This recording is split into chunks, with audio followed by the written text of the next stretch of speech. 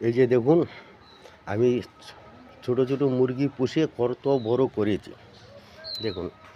এইটা এগুলো খাঁচাতে 15 দিন রাখি, রেখে আবার নিচে পাঠাই। নিচে আমার ফার্ম আছে মুরগির। আর এই দেখুন, এ আমার বাগান।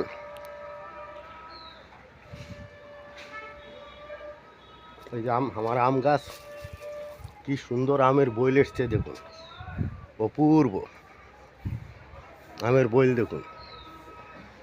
আপনাদের আম খাওয়াবো, আশীর্বাদ করুন যেন সব বইল টিকে থাকে, যেন ঝরে না যায়।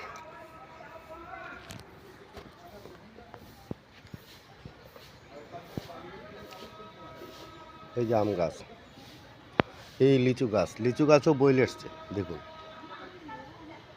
এই যে তার পাশে কাঁঠাল গাছও মুচিয়ে এসছে প্রচুর।